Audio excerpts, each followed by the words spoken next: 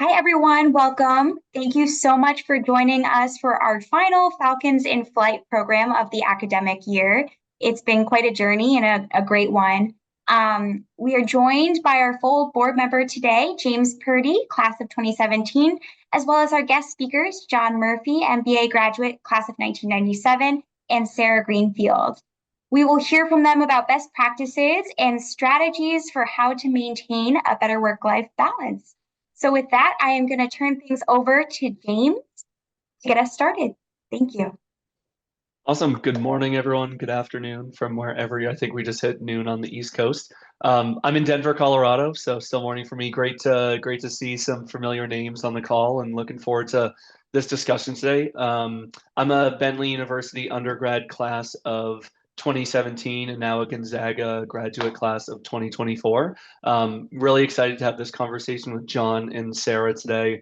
I'm originally from New England, went to school at Bentley from 2013 to 2017, studied creative industries and information design and corporate communication. And now in my career, I am a senior manager at a consulting firm called Catalyst, owned by the larger firm Concentrix.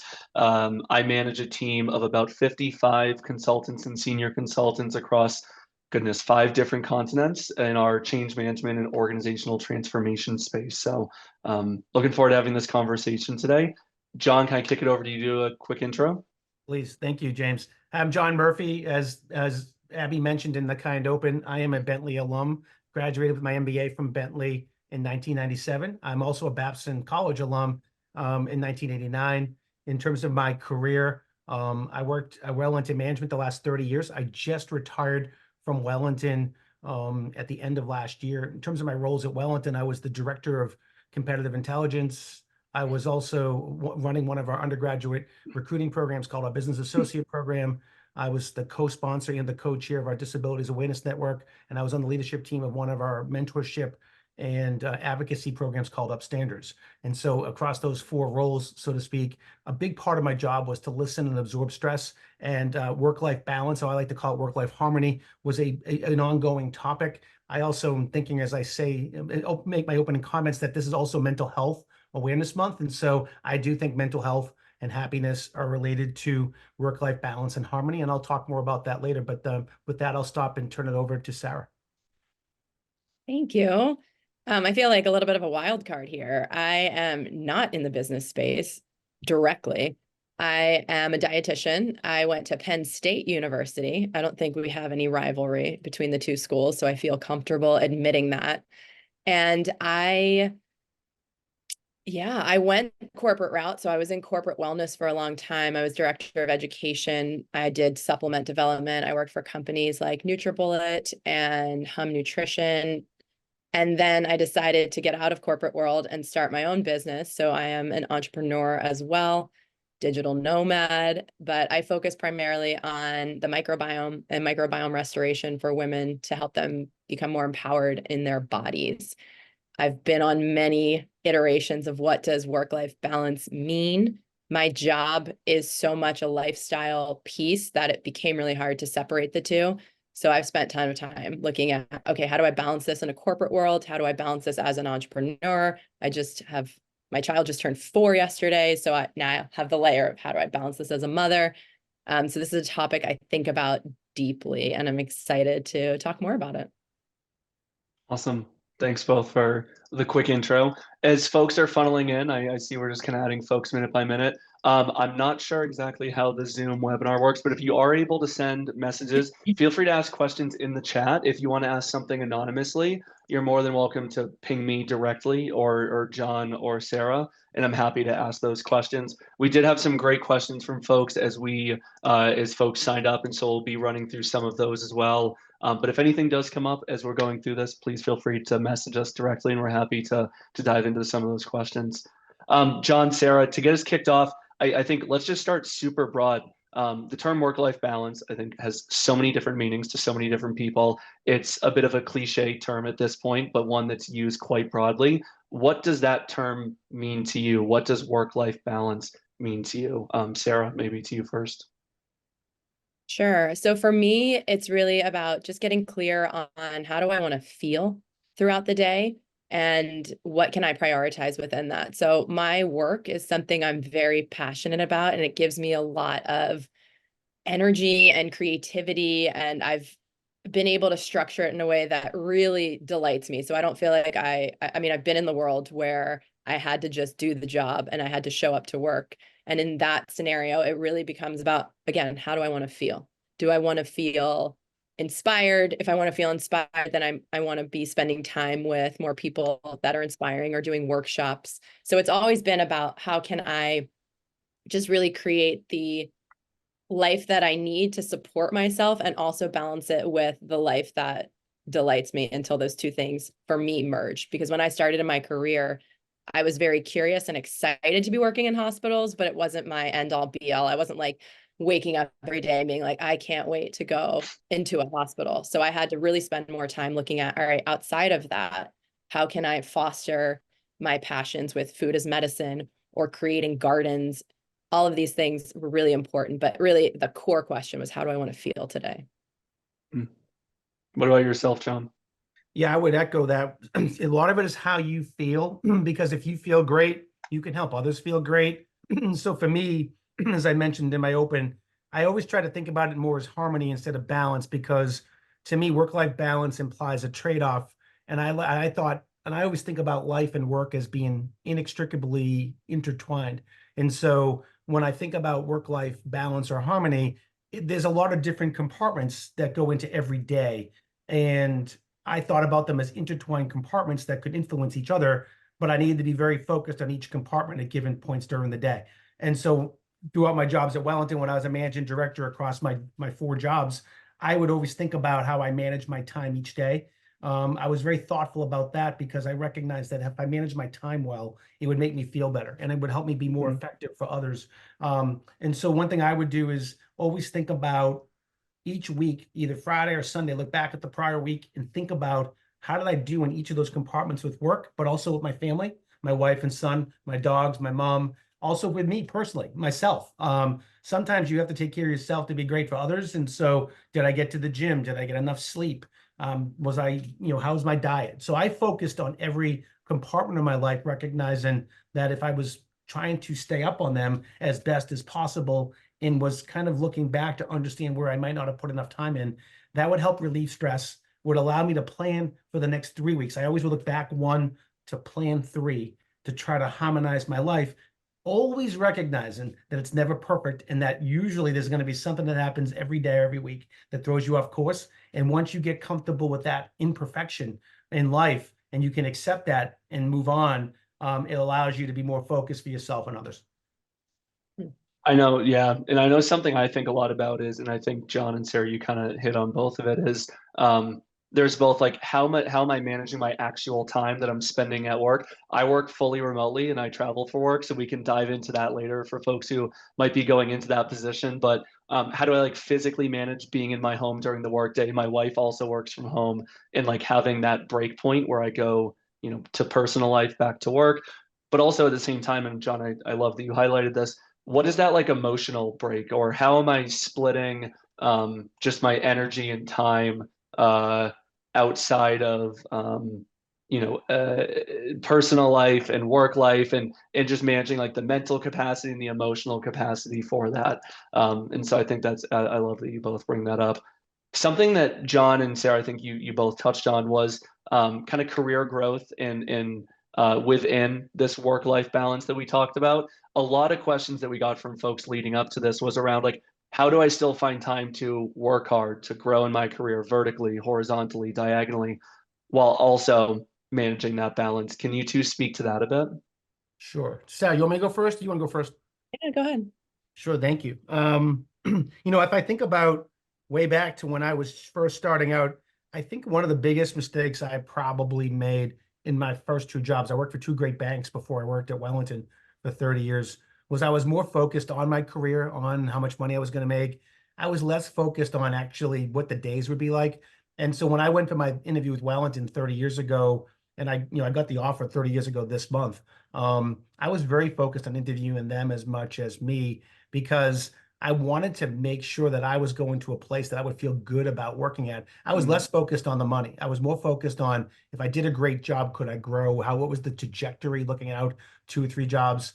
And I also, what was interesting is Wellington had a big focus, and still does today, on work-life harmony, on the employee, because they were very long-term focused as a privately held investment management firm, which was important because I worked at 2 publicly held banks before that. So I got to see the short side focus on stock price and things like that. So, what I would recommend people think about is not just their career, but also how that career will impact them. Are they working? You're going to spend more time in your job a lot of weeks than you do with your family and friends and closest loved ones. So it might as well be halfway enjoyable. And so I really think that's a big, important focus in your job. And it's also thinking about how you align your day. I know we can talk about this later, but one of the things you mentioned, James, was you travel, but you work remotely. For me, it was very different the days I was in the office. We were 60-40. So those 3 days I was in the office the last few years, I was very focused on being very flexible and very available to people, because I was directing a team and I mentored a lot of people. Whereas when I was working from home, you could get off the screen more. I was much more structured on my own work, but always building in compartments to help others if they reached out to me. But a lot of times I would schedule those on the days I'd see the person in the office. And so, I thought about how to maximize my ROI on my time for myself and my family, but also others. And I was also very focused on the environment and the culture I worked with. And so I think as you think about your career, you should also be thinking about, you could have a very successful career, but not be happy. And I think the problem with that is, if you're successful but not happy, it is incredibly hard to sustain that long term. Whereas if you are happy and then are successful, that's a very sustainable formula. Yeah. And I love that. To mirror that, I think what I wish I had thought of more was, what is my personal definition of success, instead of what are people telling me is successful? Because when we look at our culture, success that I've seen is defined by how much money you're making, how big your house is, what car you're driving, all the, things that are very external. So I wish that I had taken time to really reflect on, okay, but do I align with that? Does that even matter to me? Does it matter that I have whatever, multiple 6 figures coming in? But why do I need that? Because for me, what happened was I went into the corporate world and I was like, I want to be a director. I want this title. I want to make, multiple 6 figures. And when I would hit those points, I was like, still just trying to run to the next. And I was like, I'm not satisfied. I'm not happy. I got this thing, but it doesn't mean anything. It was more like the dopamine and the excitement of chasing it. But when I got to it, I was like, this doesn't fulfill anything, because I don't know what I'm looking for. So I left the corporate world and I went into the entrepreneurial world. And I was like, I'm going to grow my business. I'm going to have all these clients. I made more and more money, and I maxed out my patient load. And I was like, I'm still not fulfilled in this. Like, I love what I do, but it's not giving me that felt sense of accomplishment. And so I had to really go back and redefine what success was, and not focus it on my KPIs, or how many people are opening my emails, or how much money am I making every month? Because I was being like, client dollars. And I was missing the human connection. And for me, the definition of success is that deep, intimate connection with humans, where I can bring value and change and show there is a different way of doing it. Time with my family, that's another huge component. Money is in there, but it's not this forefront of it has to be. Money is it comes when all the other pieces are aligned. And it's really hard to hear that and accept that. I was like, that's not true. I have to push, and I have to make, and I have to hustle, and I have to do. And every time I let go and I prioritize what makes my soul very happy, or what makes me feel giddy and sparkly and aligned with my true purpose, that's when the things start to line up. And I've heard people say that. I've always been like, but it does happen. And I think the more you can know, how do you want to feel in the day? What is your definition of success? Have more self-awareness and acceptance of who you are. And I can talk more about tools that I've used to just identify, how do I move through the world? And this is just me. And I got to love that about myself, because I can't change it. So I think that's another piece. And then also just your community. I spend a lot of time working with people. I see people one-on-one, and they come to me because their guts are a mess. Their skin is breaking out, or they have a rash, or whatever. They don't feel well. Their energy's low. Their hair is falling, whatever it is. And so we look at stress management and looking at, okay, well, how do you work a full-time job where you do like what you do, and you have to show up, and you're there, and you're in it, And then how do you balance that with being healthy? And I think community is a huge piece of that, because the clients that I've seen be really successful are the ones that when they're not at work, they're not going to happy hour, they're not drinking till 3 a.m. They are going on hikes with their friends. They are sitting in connection and talking, and having that community support outside of work, I think is really, it just is so healthy and so makes the balance a lot easier. Something that's striking me is all three of us have worked in very flexible environments or different environments. Sarah, I know you've quite literally lived abroad as part of your time with your family. John, you mentioned your hybrid environment. I work almost 100% from home. Can you speak to how we differentiate our time, our energy when we're in home environments? I'm sitting in my office upstairs. Sarah, it looks like you're at home. John, you're at home now. How do you two work towards balancing that and making sure? I don't know. How do you balance that? I guess Sarah, over to you.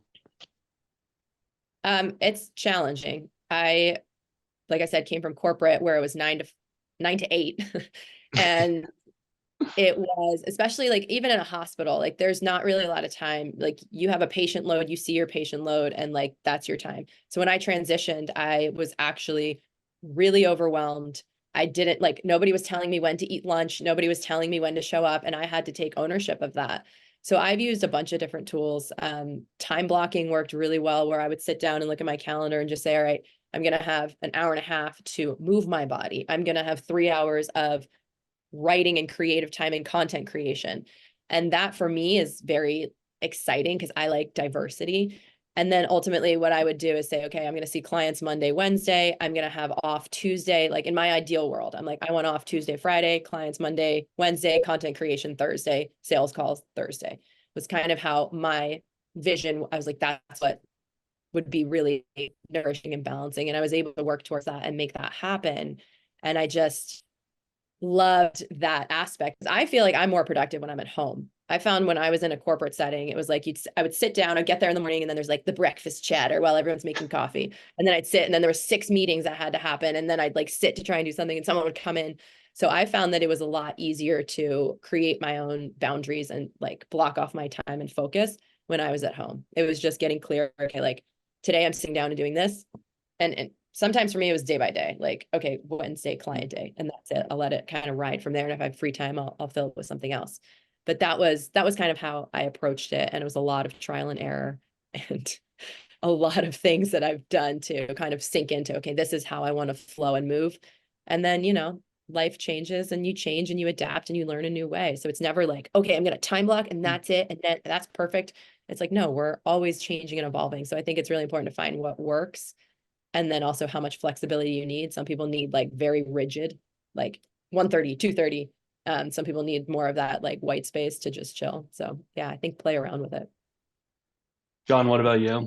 Yeah, I would echo almost all of that. If I think about things I struggled with and got probably better at, but never perfected in my career, one was time management, right? If you think about any job you do in life, time management is such a critical component, along with precision and accuracy and also, communication, right? So, a lot of times with my time, I was very structured, but with a very open, adaptable mindset, meaning to Sarah's point, I tried to block out time.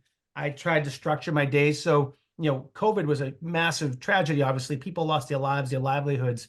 I do think coming out of that, though, there's a bigger appreciation for being flexible in most cases. And so there's a silver lining there that I think we all can hopefully capitalize upon to help improve our work productivity, but also our happiness quotient, so to speak. And so for me, again, I was very differently structured in my days in the office because, to Sarah's point, I might be on the elevator for that chit chat, but sometimes that unscripted, you see somebody you haven't seen in 3 months, they see you and they go, oh my God, I need your help. Right? That wouldn't happen as much from home because you may not see them on the fly, and you could actually really save that person and help them with a client's problem. I love that, but you have to be very flexible and say, okay, I remember being in work a lot of times thinking, I just came out of 6 meetings in a row.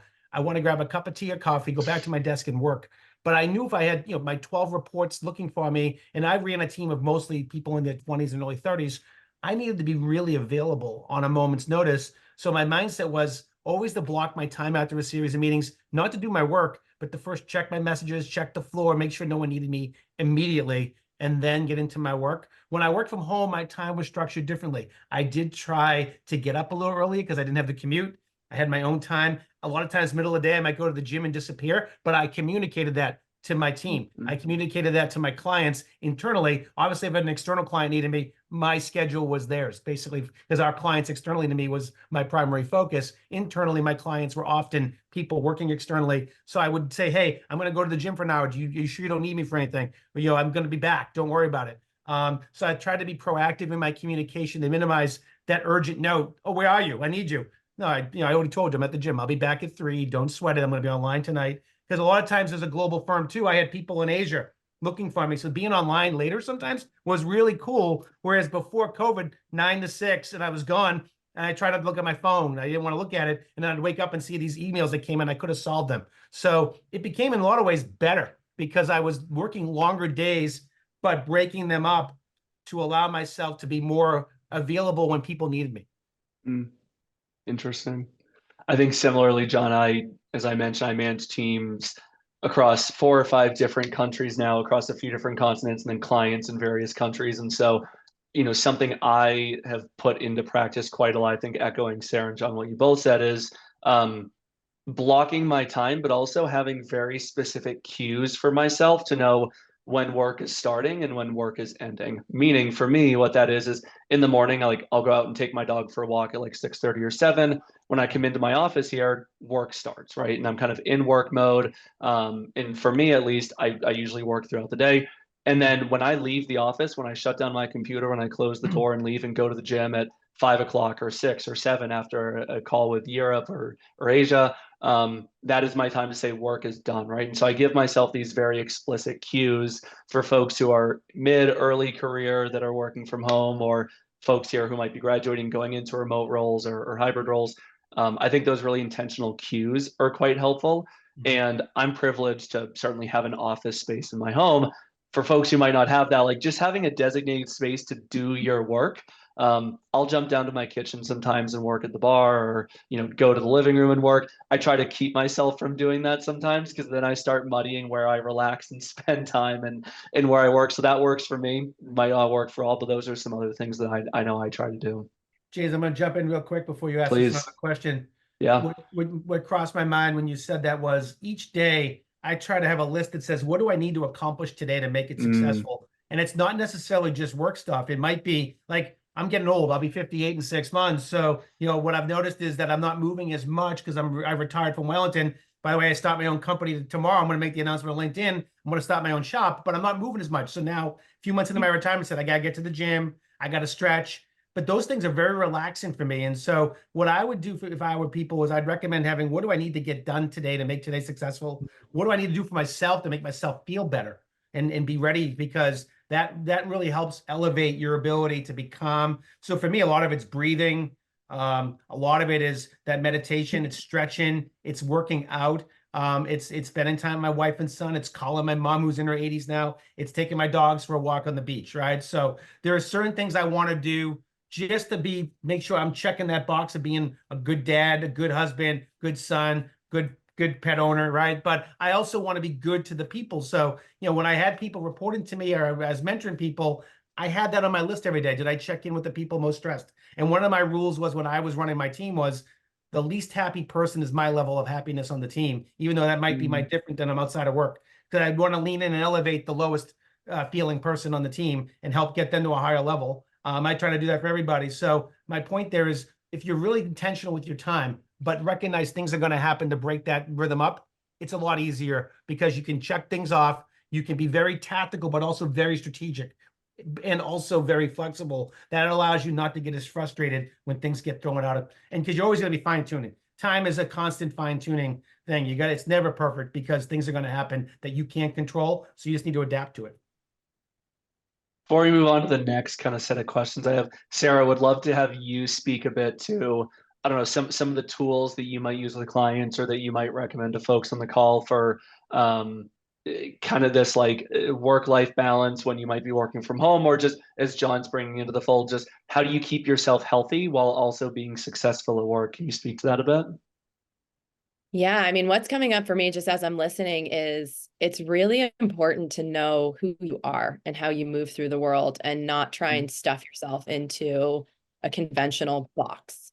Like, as a woman and as the female voice on this call, I also think it's important to kind of talk about the really, like, for me, the corporate world was a very masculine way of living. The entrepreneurial world can be very masculine, where it's very structured, very rigid. And as a woman, I need more space for just flow and creativity and to emote and cry when things happen.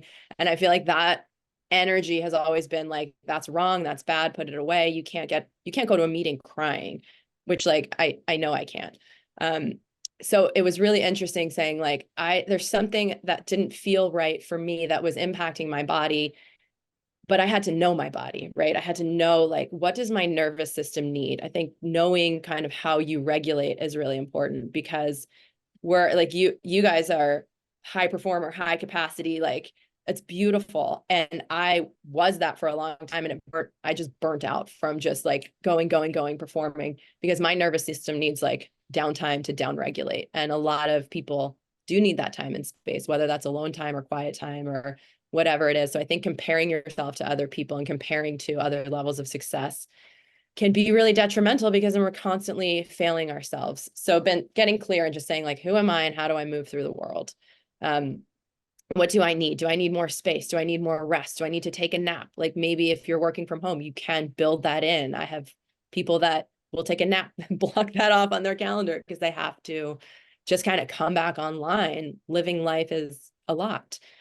So I think, knowing your nervous system, I go a little bit, I feel like, again, wild card here. Done the corporate world, done it all, and then really dropped into like more of my energy. And how do you know that? I love something called human design. I don't know if anyone's familiar with that, but it's a really cool way to look at how do you make decisions and how do you move through the world and how do you kind of stay in alignment with what your body needs. So that's something I do use in my practice to help people. It's kind of like an astrology reading, but it's really cool to just say, like, all right, I love to build. For me, I'm a builder, and that has been reflected throughout my entire career. Every company I've stepped into, I've looked at, like, all right, what's going on here? How do I build something and build and build and build? And it's just so important to know who you are, because when you're out of alignment, when you're forcing yourself to do all these things, that's when your body breaks down. And there's a quote that says you will, how does it, but it's, you either have to make time for wellness or you'll be forced into illness. So, like, you either make the time now to optimize your health, or your body's going to take you out anyway. So it's like, you can just pretend that your body doesn't exist and you don't have this vessel that you have to kind of nourish and communicate with, or you're just going to be taken down. I love Not that. to bump that out. No, I love that. Like, like, we have to, this is, we are a body first and foremost. And we always, like, I disconnected from it and was like, work, run marathons, do more, show up, counsel clients, hustle.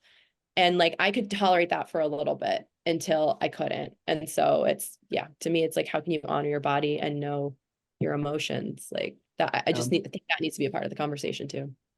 Yeah, and something I know I talk a lot about with my teams and remind myself is we are not productivity machines. We're not robots. We are humans. And while at times it might feel like we're productivity machines, or we can get into that zone where we are, it's not sustainable long term, right? Yeah, we're humans. We're living things. The next question I want to ask is quite blunt and straightforward. I'm going back to some of the questions that some of the participants had shared as they registered. And for folks on the line, again, please feel free to drop any questions you might have in the chat or message myself, Sarah, John directly, preferably me if you're able to, if you do have any questions that come up throughout this conversation. But appreciate everyone taking the time to join. One of the questions I want to ask is, I think putting our Bentley hats on, where we know Bentley career, both coming out of school and then career growth for a lot of graduates is top of mind and something that folks are quite passionate about. So the question that someone asked is it possible to grow your career while also maintaining a balance? Is that even possible? Is it possible to strike that equilibrium? What do folks think? I mean, for me, it's a yes. And I've only seen that by being forced to let go. I think the biggest, like, wake up for me was when I had my baby, because I literally couldn't work. Like, it's just such a big time commitment that I could only do the things that were of the utmost priority and precedent. And I never made more money in my life. So it was a very weird contrast of like having to let go of all of these things and then stepping into, oh, wow, this is actually putting me into alignment even more so. And every time I let go and I'm just like, okay, it's not so much of this. It's wildly possible, I think, especially when you're on the right path and doing what feels really good in your body. What do you think, John? 100% agree. Definitely possible. I think I'm trying to always think back to things that I could have done better when I was early to mid-career. One thing I wish I had done was align myself with better advocates, in the sense I had great advocates most of my career. But when I was in my early 20s, my mid-20s, 30s, I was more about like, if I just do a great job, everything else will fall into place. But you need somebody that believes in you on your worst day, because that gives you a lot of security to know that you can be less than perfect. And so I think it's almost virtually impossible to hit your optimum peak unless you do have some balance, unless you do have some harmony in your life and you are happy. Now, what I would say is the things that make one person very happy might be different than the next person.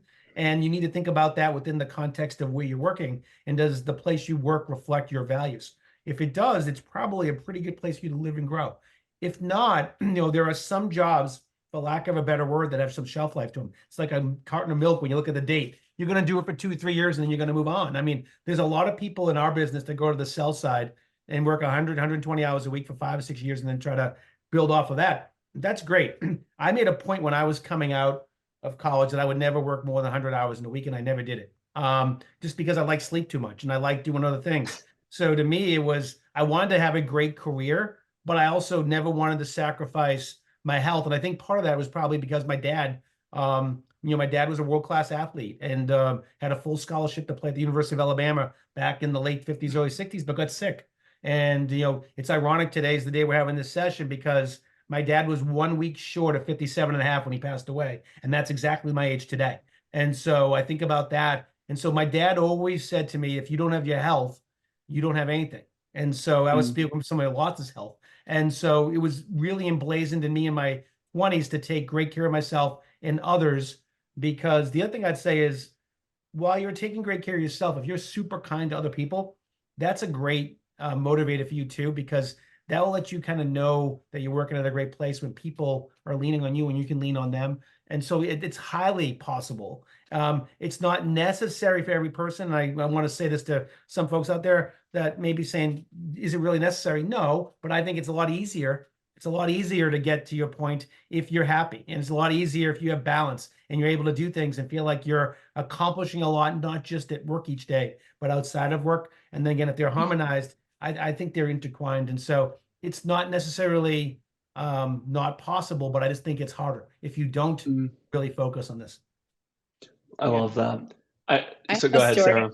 Sarah. Yeah, just because I think coming off of that, like being clear on what you want is also important. And but for me, I wanted to work part-time for a period of time while I was building my business. That transition from corporate to entrepreneur, I was like, I want to have this part-time job, but I didn't have any expectation on like, like I have to have this. This is the job. I want it. So I went into this interview and I was like, before I went in, I was like, how can I show up as my most authentic self and say what I need and what is right for me? And obviously showing the value that I can bring, but staying really clear in what is going to be beneficial. And so I literally told them in the interview, I was like, I'm not an ass in a chair kind of a person. And they were like, got it. And so to me, it was like, I was clear. I was like, I cannot sit in this office from 9 to 5. I have to be out. I have to be moving. I have to be like doing things. And later on, I did get that job. And my boss was like, I've never heard anybody say that. And I just thought it was so refreshing and so clear and like delightful. And I'm just appreciative of your candid approach and like knowing what you need. And I didn't say it in a way that was like condescending or rude. It was very much like that felt right for me to say it. And I always say like an interview is a beautiful opportunity to be really clear. It's a clean slate. They don't know you. You're bringing value. And you have that moment to say like, okay, I'd like to work from home 3 days a week, or this is what I need to be and show up in the best capacity, whatever that is. I think that can be really just empowering to say what you need. Because so many times, especially in the beginning of your career, it's like, I don't want to ask for that. There's so many people competing, but I think that just like really like people, like we are people, we connect with other people. And when you see somebody's humanness, when you see that they're a real person, I think that there's a lot of value there, instead of just like you said, like productivity machine, or like, I can generate all these things. It's like, yeah, but you're also a human and you have to work with this person. And to John's point, like you're there more than you're with your family. So like in that hiring process, you are looking for the skill set, but also the human. Yeah, I'm going to jump in there too, because when Sarah was talking very astutely there, it crossed my mind that one of the skills that I worked on with a lot of early career people when I was in my later career was self-advocacy. And one of the things I used to say to my team was, I can often infer what's bothering you, but it's so much easier to just tell me what you need or what you want, because I really want to make sure we can give you those things if it's reasonable. Obviously, I can't give you $1 million raise tomorrow, but I can certainly give you a work from home day. I can certainly, lighten your workload. I can think about how we're allocating your work, or if you need a new skill, how to get you training you need, whatever. Because a lot of times stress was because someone might be thinking about something and it's really worse than they think it's worse than it really is. And when we would sit down and break it down and say, okay, we're going to solve this. Here's how we're going to do it. And a lot of times it involved training and get skills. A lot of times it was about creating some space for them to deal with something in their life, and they didn't think they could ask for it. And so, one of the things that I always tried to encourage was self-advocacy. And then for those of you who are managing people out there, one of the things I used to try to always establish with new people when they join the team is how much I cared about them. Because I said, I really care about you. And I recognize that, there's different ways for each person. Some people are introverted. Some people are extroverted. Some people like to be spoken to in a very direct fashion. Some people, you need a cushion how you speak with them. So a lot of times, one of the first things I try to do with new people was establish how they like to be communicated with, and try to encourage them to trust me when they could come to me with anything and I'd help solve it. And so, for leaders out there, aspiring leaders, always try to lean in and make it comfortable for people to approach you. And for people who are starting out and are more on the individual contributor side, try to think about how you could advocate in a thoughtful, diplomatic way that lets your superiors, in terms of your direct reports, know what you need to be more successful, both in work and life. And one of the things I'd say is if they don't respond well to that might send you some signal about where you're working, and to think about maybe making a change. Because to me, having a great boss, having somebody who cares about you, that is not just a manager, mentor, but advocate, that's the biggest source of stress a lot of times, or the biggest reliever of stress. Because if you think about the people who cause you the most happiness and stress in your lives, they're usually very consequential. They're in your family, they're your significant other, but they're also your boss. And to the degree that your boss can mitigate stress as opposed to create unnecessary stress is a really important thing to figure out. I know something I think a lot about in terms of, finding this balance in the roles we have is, I've been very grateful to have grown a lot in my career since leaving Bentley about 7 years ago now, I think. And I've worked 80, 90-hour weeks. I've flown all around the world. I've, done crazy things in terms of the time intensity the work has taken. I've sacrificed. I've missed weddings, right? I've been here, I've been there instead of being with friends, or I've worked weekends. I've never grown directly because of those things. The times that I've grown vertically in my career, or diagonally learning new skill sets while also growing vertically, which I know a lot of the folks on this call are probably passionate about, is really because of two things. I think one, John, you hit it, is I had the best advocates I could at work who advocated for me at the right time. And I took risks at the right time. I said yes when I needed to say yes, and I said no when I could say no. And so, sure, working long hours, sacrificing, family time or time with a significant other, or hiking on the weekend, as Sarah kind of mentioned, like, sure, maybe that will help you in your career to some extent. But I know for me, the times where I've gotten promoted, taken on deeper responsibility, made more money, is because I've just said yes to the right things at the right time, not necessarily because I just worked harder in longer hours. So I think that's important to call it too. And I think a lot of people are probably in that same boat. So one of the other questions we had that I wanted to make sure we touched on is, again, just talking about this harmonization, as John calls it, or this balance. And Sarah, to I think a lot of what you've talked about around just health and making sure that we're taking care of our bodies while this balance. How do we manage all of what we've spoken about in places of work where that's not a top priority? At firms where no one else is doing that, how do I stick out? How does one person stick out and kind of do that for themselves while their peers in their organization is not doing the same thing? Sarah, you want that one first? Take that one. Who wants that one? That's a tough one. Find somewhere else. Exactly. Like what John was saying, if you're not aligned with your boss and that is a point of contention, like, and you don't believe in those values that are upheld in that company, then it's not the right fit, and not everything is going to be the right fit. So I think you either get out of that situation, or you stand in what you need and you allow everybody else to run around and feel crazy and spin their wheels, and you just say, but this is what I need. And if it's going to cause me to get fired, then it's not the right opportunity for me at all. And then maybe you get some severance and you have time to look for another job. But like, honestly, there's no point in making yourself sick, in making yourself miserable to please somebody else, or to do it in a way that you think you should, if it's not right for you and it's harming your body, which in that scenario it is. So I mean, I spend a lot of time looking at people's happiness in their jobs too, and looking at like, is this the right fit for you? How do you make a plan of action to move out of that? Or in many cases, just saying what you need and saying like, I do need a raise. I've been here for X number of time, and this is what I need, or I need to turn my phone off. I can't be available on Slack past 5 p.m. I had a coworker that was like, I have a hard out at 5. And they'd be like, we need a meeting at 5:30. He's like, I have a hard out at 5. And they'd be like, but he still did a kick-ass job, and he still showed up, and people still respected him, and respected him more because he had those boundaries. What do you think, John? Yeah, when I think about this, life is a marathon with lots of sprinting, right? And so you get to decide when you're going to sprint and when you have to slow down a little bit to run the marathon, so to speak. You can't sprint for 26.2 miles, which I believe is the length of a marathon. I can barely sprint from here to down the street now at this age. But I think about, I always try to think about things that I can control and things that I can influence, right? So if you're working at a company where your boss is not aligned with your values, you probably can't control that outcome. That's not, you can control your effort. You can control your kindness.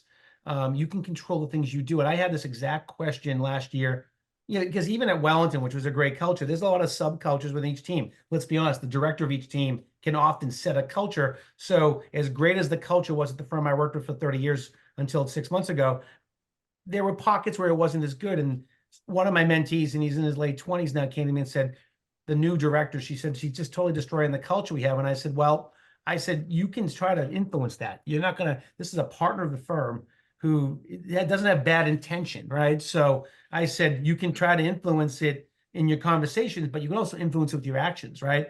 Things you can do. You can be super kind to the team. Nothing says you can't bring in coffee on Wednesdays when everybody wants to stay in the office day. Doesn't say that you can't write a note and say, hey, have a great weekend, everybody, right? You do the things that try to create the culture you want, and then see what happens. But I said, at some point, if the boss doesn't take the bait and start to kind of reciprocate, you might need to think about a change. It's unfortunate, but it's true. You can control where you work. You don't need to work here. This isn't a prison sentence. This is not something where you have control of your life. But if you're here, maximize things you can control and adapt to the things that you can't, and try to influence the things that you can't, but try to maximize the outcome. And so, for me, that's always been helpful for me to think about things. Is this within my control? If so, what can I do to maximize the outcome? If it's not, how do I maximize my influence on the outcome? And then that's it, and that can be hard and it can be frustrating. But in the end, if you think about it that way, have I done everything I can do to maximize the things I can control and then influence and maximize the outcomes that I can influence? That's basically it. And at that point, you might need to make a tough decision.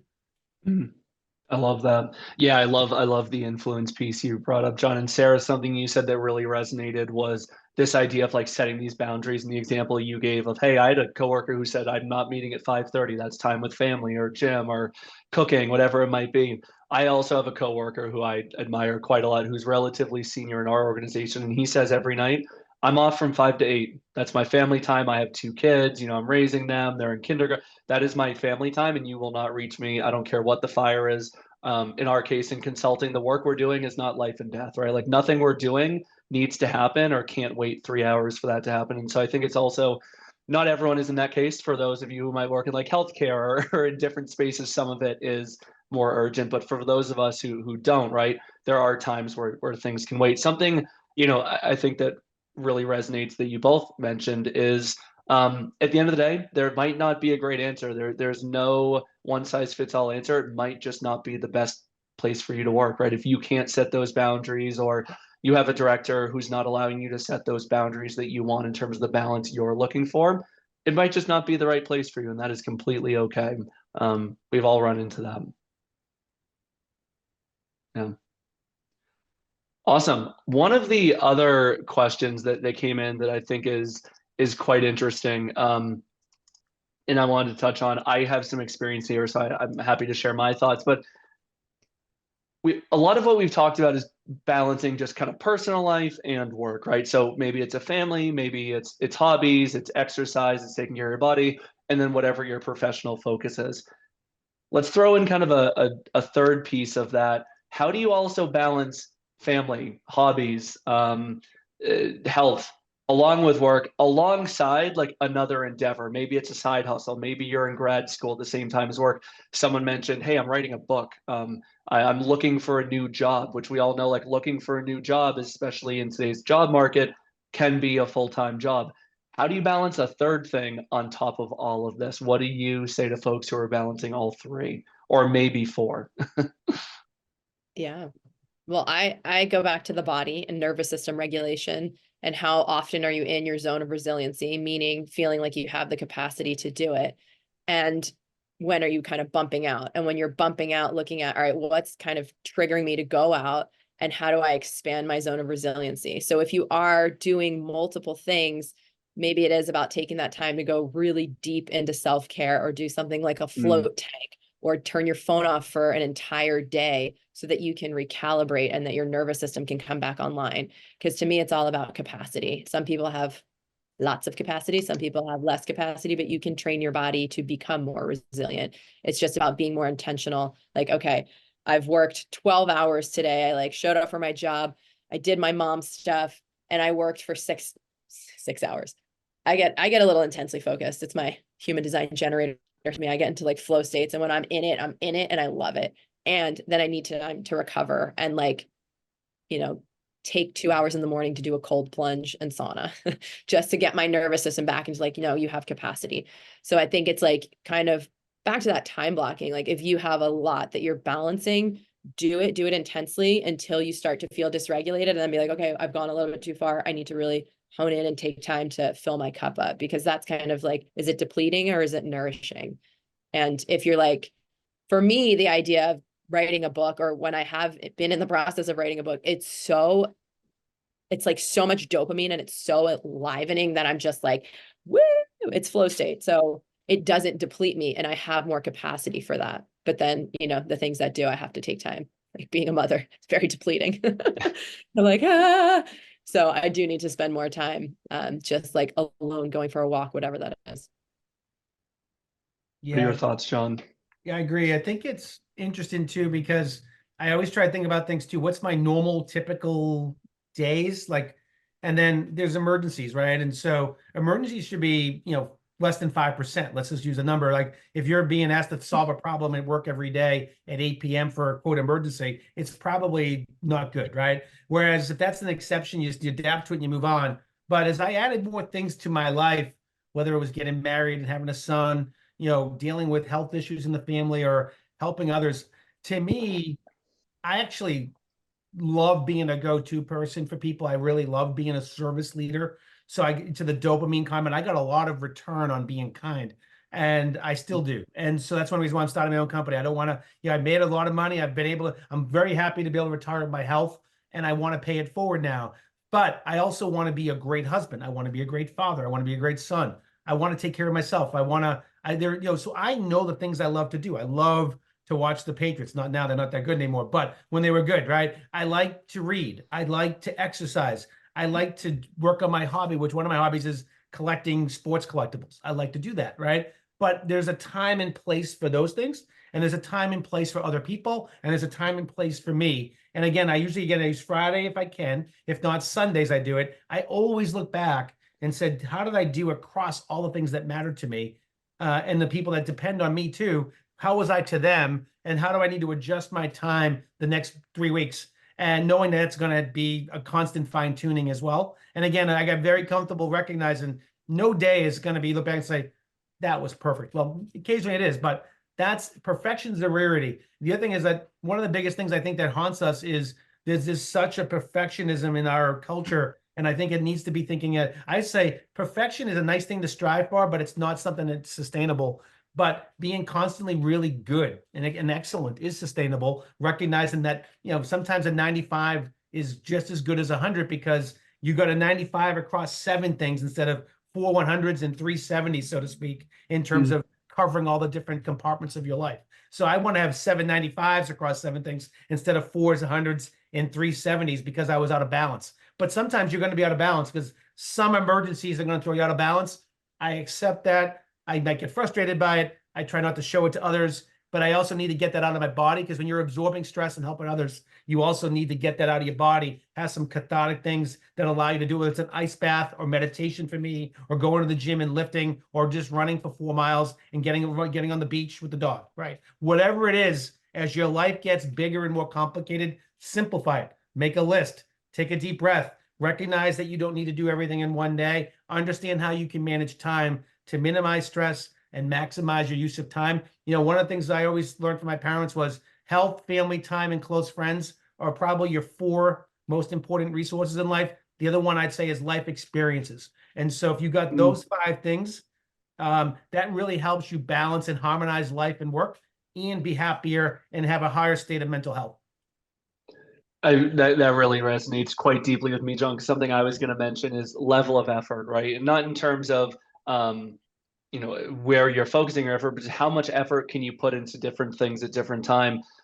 Throughout all of 2023, I was working full time. I was in grad school and planning a wedding. And in addition to that, trying to be a good partner, trying to go to the gym, be active, have social groups, right? So I had all of these different things going on at the same time. And I know something I told myself was, hey, there's going to be some weeks where I'm not going to be able to put in the level of effort at grad school that I want to, or I'm not going to be able to go on date night on Tuesday, or I'm not going to be able to go skiing this weekend, right? And just picking and choosing where I put my effort. So I think, John, to your point, trying to get 90s or 95s at everything versus being perfect at something and then failing at the other, right? And so I think that really resonates with me and is something I certainly put into practice over the past few years, just juggling all these different things. So I love that.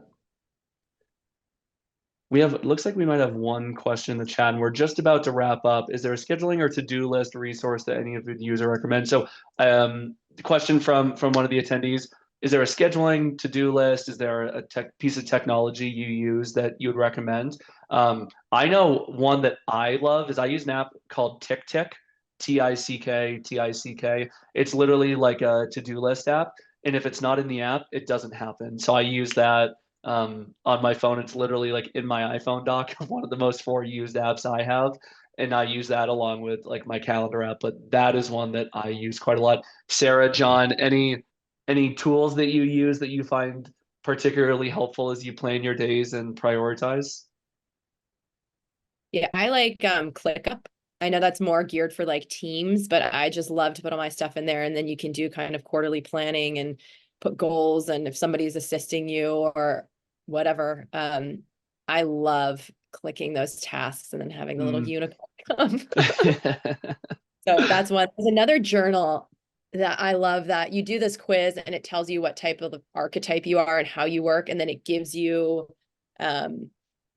I'll look for that while John's talking, but it's a really good journal that just kind of sets it up for your brain a little bit more. Like it's like a bullet journal, but more tailored to you, and it has that reflection. It's like, okay, what do you want to do for the week? And then you have every single day, and then it has look back at your week. How did you rank on your health? How did you rank on your connections? How did you rank on this? And so it kind of like, John, to what you're talking about, it gives you that very organized way of doing things. I'm gonna see if I can find it. Yeah, I'm more old school. I guess I just Outlook tasks, but I also write down a lot. I journal a lot. This is a tangent on your question, but it's something that crossed my mind. One thing that I did in my job was a lot of my job was relationships. So a lot of times what I would do each day was just try to jot down things. And then at the end of that week, when I was looking at my time, I'd try to take out key takeaways. So for an example, maybe you travel to see a client. And I remember one time I had to jump on a plane with no notice because my partner covering one of our mid-cap portfolios was sick on the plane. So I just ran home, got a bag, jumped on the next plane, flew down to Tallahassee overnight, got there for the meeting. I knew these folks because I was the backup on the account, but I met them for the first time. And I remember after I left, I said there were 6 people in the room and I made sure I had their names down. I wrote down one thing about each person.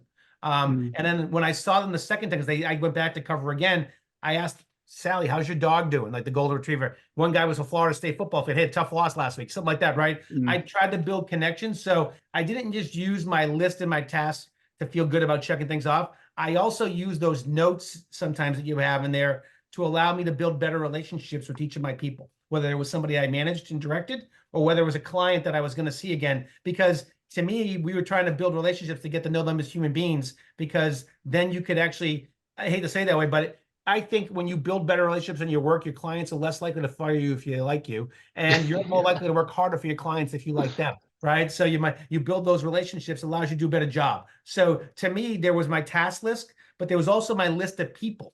And I had notes on all those people. I just kept building over time for all the different people I would see externally or internally. And I would read them if I hadn't seen somebody in 3 months. Hey, but last time we spoke, and they say, how do you remember that? I said, well, I have a good memory, but I keep notes. I write this stuff down, which sends a subliminal message that you care. And so when you actually are knocking down tasks and you're very organized with your time and you're helping others, it becomes a self-fulfilling prophecy where people love working with you, you love working with them, and it actually elevates your happiness and your ability to balance work and life. Awesome.